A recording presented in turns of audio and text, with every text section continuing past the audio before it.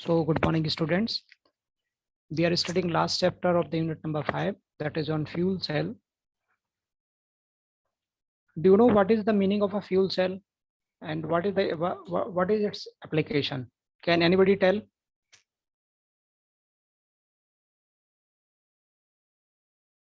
No. So fuel cell is a device which converts electrochemical energy of a fuel into electricity. So it is kind of a cell. It has two electrodes, anode and cathode. What it is somewhat different than a wet, that will be discussed later on.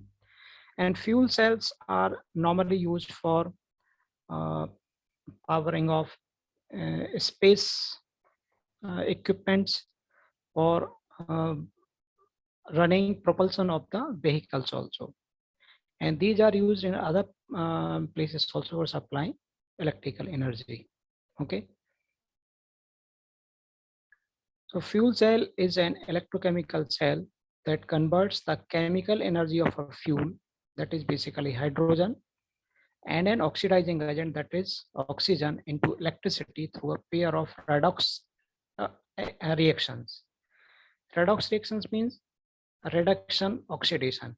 Basically, in this kind of operation or reaction, there is a transfer of electrons from one chemical species to another chemical species. So you can see that in a normal cell,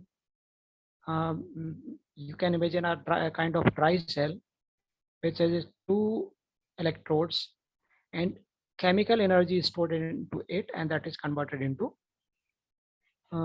electrical energy. But this is somewhat different. In a fuel cell, we have to supply fuel and oxidizing agent, that is hydrogen and oxygen, continuously for continuous supply of the electricity. So basically, the reaction between hydrogen and oxygen takes place in contact with an electrolyte. It has also two electrodes, one is anode and another is cathode.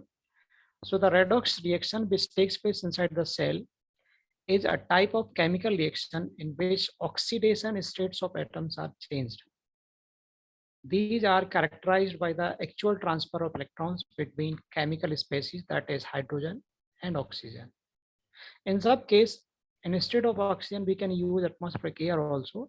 In that case, the efficiency of cell will be somewhat different. Okay. The reducing agent undergoes oxidation. That means it loses electrons. So that is fuel, basically hydrogen. So hydrogen loses electrons in this case, while the oxidizing agent undergoes reduction, which gains electrons. So the chemical species from which the electron is removed is said to have been oxidized, while the chemical species to which the electron is added is said to have been reduced. In a fuel cell, hydrogen and oxygen are combined to generate electricity. And when chemical reaction takes place inside the fuel cell, then the only byproduct is water, and lot of heat is also generated which has to be carried away from the fuel cell in order to work that fuel cell properly. As there are no moving parts, fuel cell operates silently and with extreme high reliability. Though we are not able to generate very large amount of power using fuel cell, but since these are portable and can be mounted on a device, so that's why these fuel cells have been used in space applications also. Okay. And the basic fuel which we have to supply in a fuel cell for generation of electricity is the hydrogen, and oxidizing agent is either oxygen or air. Okay. So due to chemical reaction taking place between these two with a membrane that separates the two electrodes, and electrons transmit or transfer takes place between hydrogen and oxygen, and due to that an electric current flows, and that is tapped and can be utilized for specific application. Okay, you can see this figure. This is a line diagram, schematic diagram.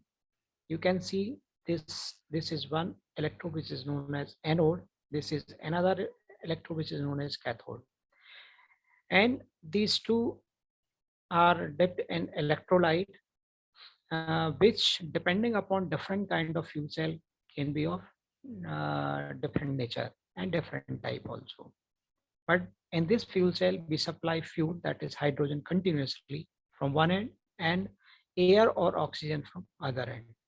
So what happens due to the redox reactions, there is transfer of electrons from fuel to this oxidizing agent, and electrons are emitted by hydrogen, and hydroxyl ions, which is H plus, pass through this into electrons.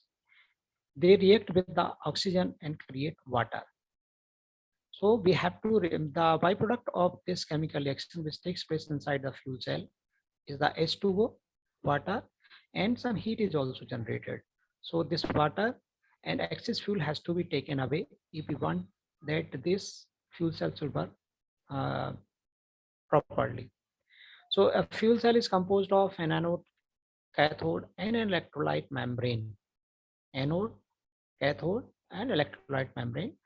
A typical fuel cell works by passing hydrogen through the anode of a fuel cell and oxygen through the cathode. You can see in this figure also, the fuel or hydrogen is supplied to the anode and oxygen or air is supplied to the cathode. At the anode side, a catalyst splits the hydrogen molecules into electrons and protons. Protons means H plus. Okay, and electrons moves in the circuit. The protons pass through the porous electrolyte membrane while the electrons are forced through a circuit generating an electric current and excess heat. तो जब ये electrons यहाँ पे generate होते हैं वो circuit के through pass होते हैं और उसकी वजह से यहाँ पे इलेक्ट्रिसिटी प्रोड्यूस होती है, ठीक है ना. और हाइड्रोक्सिल ऑयल जो H प्लस यहाँ पे निकल के जाते हैं, this combine with this oxygen and create water. At the cathode, the protons, electrons, and oxygen combine to produce water molecules. Okay. Now, how does this fuel cell works? I would like to show you one video which I've taken from internet. So you can see this video also. The future will see a huge rise in the range of applications for hydrogen. The energy it provides can now be used on the road via a fuel cell system. Each fuel cell consists of two plates separated by a membrane. These two plates are the anode and cathode. Oxygen from ambient air is supplied to one side with hydrogen on the other. The positive particles of the hydrogen atoms are able to pass through this membrane. The negative particles cannot pass through. Okay. However, atoms need an equalizing charge. To achieve this, the electrons must change path, and this creates an electrical current. The end products from the chemical reaction are power for the drivetrain and H2O, that is, pure water. This is the only emission produced by this mini power station.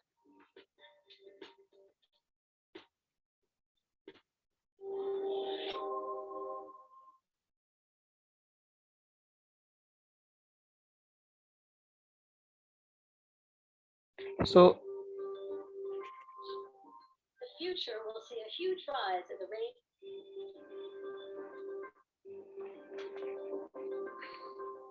The future will see a huge. okay, so this we were discussing, the same has been explained in the video also, and we supply fuel to anode.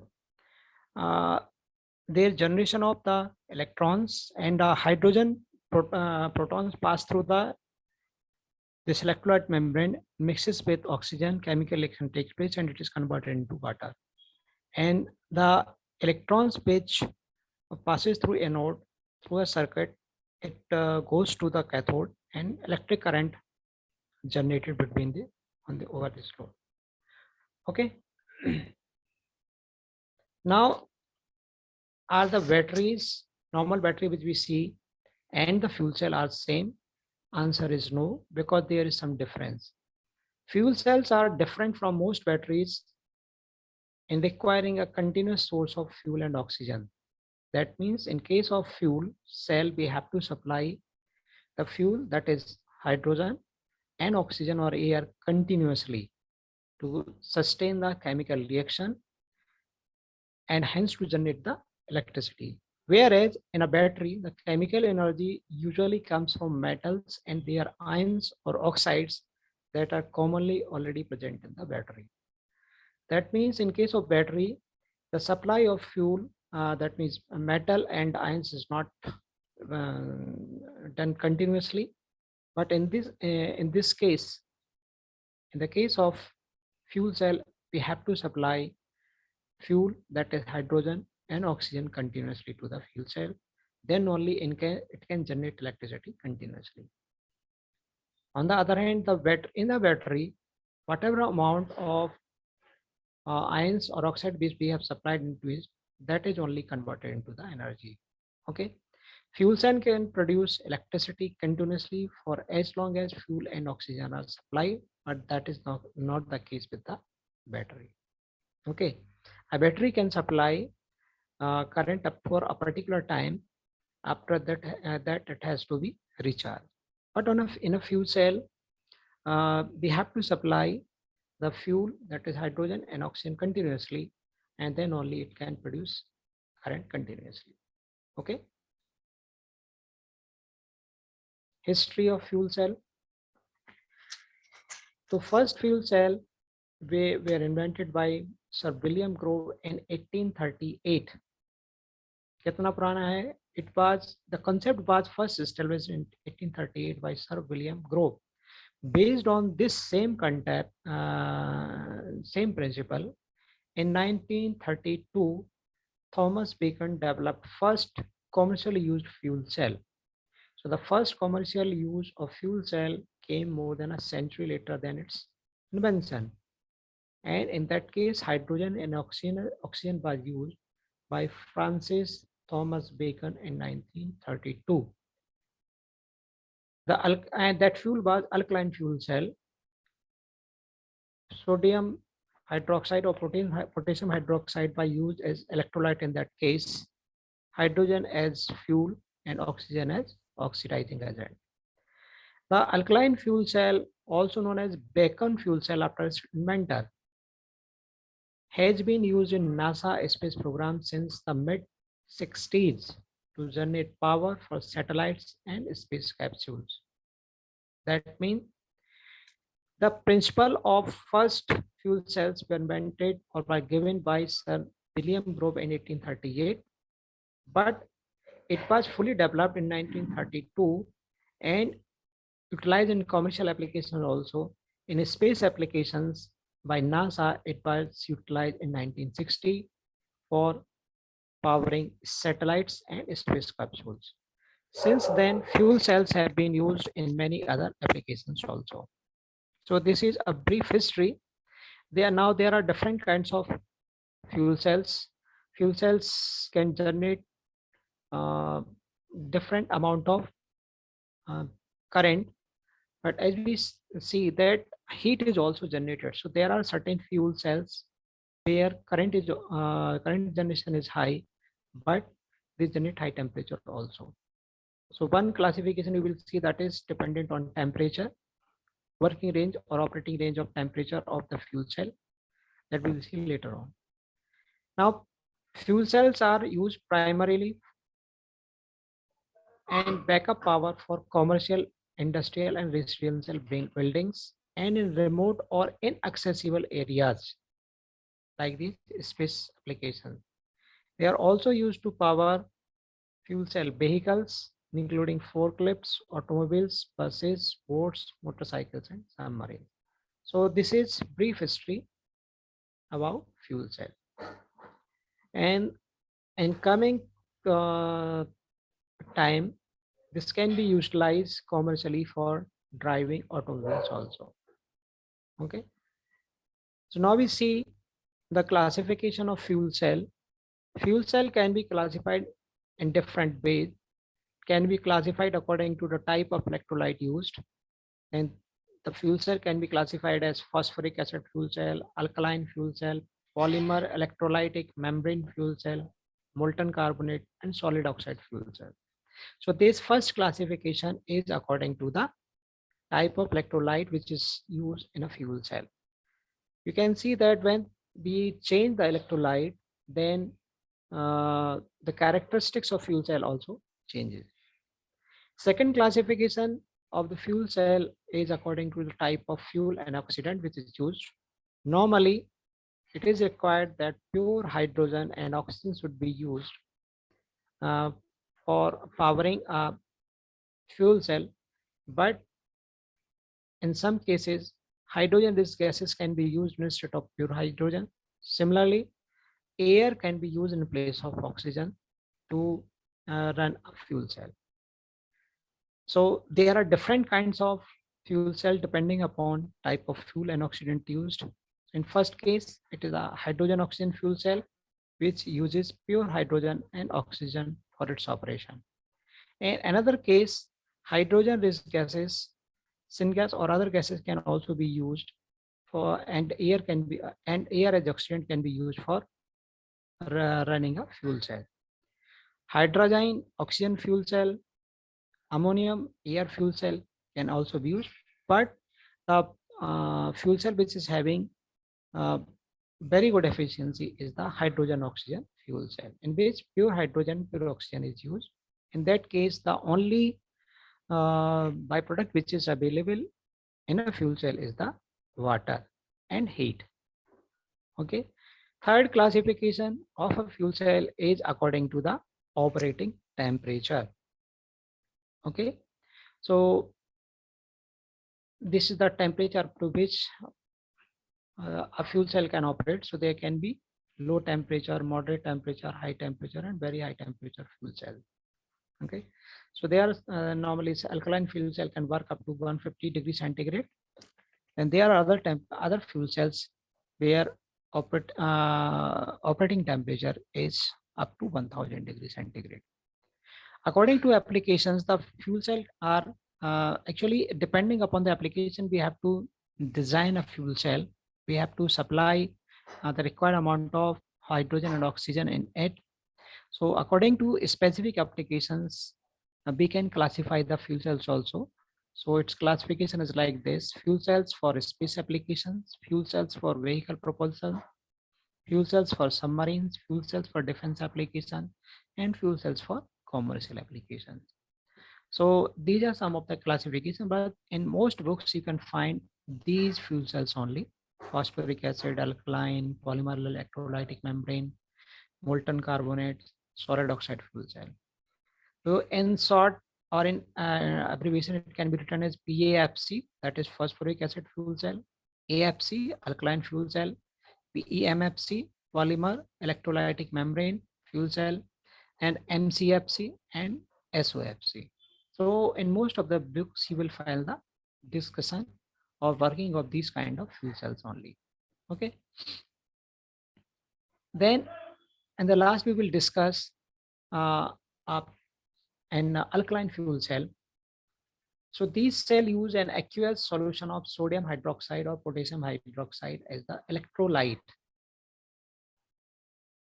And we will see the next figure in this figure also. We need the this electrolyte membrane through which the electron proton passes and it reacts with the oxygen and creates H2O. So these fuel cells, alkaline fuel cells, uses aqueous solution of sodium hydroxide or potassium hydroxide. The fuel is hydrogen gas with oxygen or oxygen in air as the oxidizer. In case of pure hydrogen oxygen fuel cell, pure hydrogen gas will be used as fuel and pure oxygen will be used as oxidizing agent. Electrons are made of carbon and electrodes are made of carbon and a metal such as nickel. Electrode means nickel.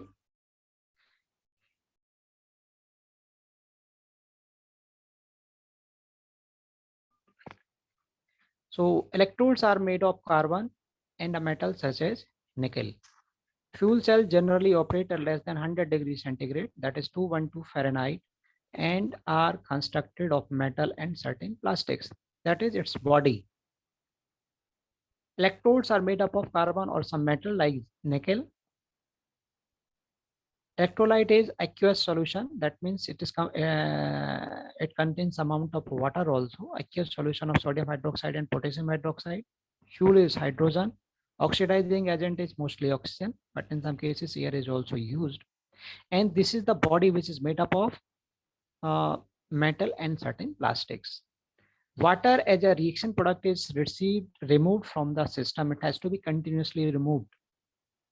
If we want that fuel cell should go good efficiency, in that case, water has to be removed from continuously from the water as well as heat also. The strong hot alkaline electrolyte attacks most plastics and tends to penetrate structural seams and joints. This problem has been overcome. However, alkaline fuel cells are used on the US space shuttle orbiters, that is space application. Overall efficiencies range from 30 to 80%, 0.3 to 0.8, depending on the type of fuel and oxidizer. And this is the figure line diagram of alkaline fuel cell. Here you can see electrolyte is, though it is not written, but you should read right that it is aqueous sodium hydroxide or potassium hydroxide. And these are two electrodes which are made up of metal or most probably nickel in this case. We have to supply hydrogen from one entry to this fuel cell and oxygen from another entry to this fuel cell. So when this hydrogen comes in contact with the electrode and chemical reaction takes place, electrons are produced. Since electrons are not able to move further, only protons can move. So positive ions of protons or H plus ions moves towards oxygen and electrons move through this load and this is to positive terminal. ठीक है ना? तो उस case में क्या होता है, यहाँ पे जो लोड हमने अप्लाई किया हुआ था वहाँ पे करंट फ्लो हो जाता है और इस केस में इलेक्ट्रिसिटी प्रोड्यूस हो जाती है. इसके अलावा जो पॉजिटिव आयंस प्रोटॉन्स यहाँ पे निकलते हैं वो ऑक्सीजन से मिक्स होते हैं, हाइड्रोक्सिल आयंस होते हैं और वो क्या बना लेते हैं, वाटर. तो वाटर यहाँ पे जैसे जैसे हम कंटिन्यूसली इसको हाइड्रोजन ऑक्सीजन सप्लाई करते रहेंगे यहाँ पे वाटर बनता रहेगा और यहाँ पे जो इलेक्ट्रोकेमिकल रिएक्शन होती है उसकी वजह से यहाँ पे कुछ हीट भी प्रोड्यूस होगी, that has to be removed continuously. तो जैसे जैसे हम वाटर को यहाँ से निकालते हैं उसके साथ साथ अवेलेबल हीट भी यहाँ से बाहर निकलती रहती है. अब क्या होता है, इनमें भी डिके होता है, जो सोल्यूशन होता है उसमें भी चेंज आता है प्रॉपर्टीज में और इनकी भी जो इलेक्ट्रोड्स होते हैं उनमें भी चेंज होता है. तो इनको भी टाइम टू टाइम हमको यहाँ पे चेंज करना पड़ता है. ठीक है ना? So this is brief description of in alkaline fuel cell.